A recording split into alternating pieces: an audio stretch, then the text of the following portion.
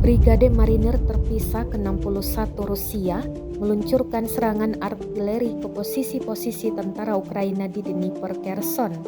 Rekaman detik-detik penyerangan ramai beredar di Telegram pada Kamis 25 Mei 2023. Tampak artileri meluluh lantakan bangunan yang diduga menjadi titik penempatan sementara tentara Ukraina. Akibat penyerangan tersebut, sejumlah tentara Ukraina dikabarkan menderita luka-luka.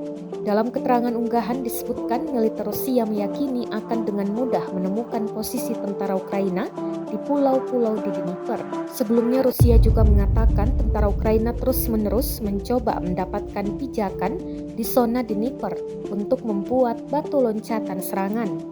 Namun upaya semacam itu ditekan oleh artileri dan serangan udara, jelas militer Rusia.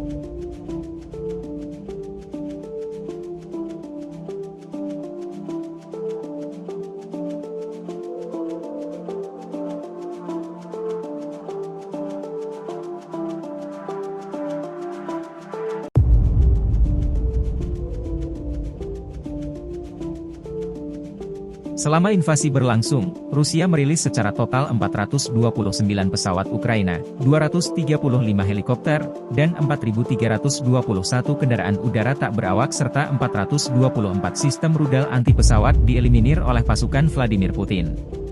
Sementara dari kubu Kiev, Kementerian Pertahanan Ukraina merilis 500 tentara Rusia dieliminir dalam sehari terakhir.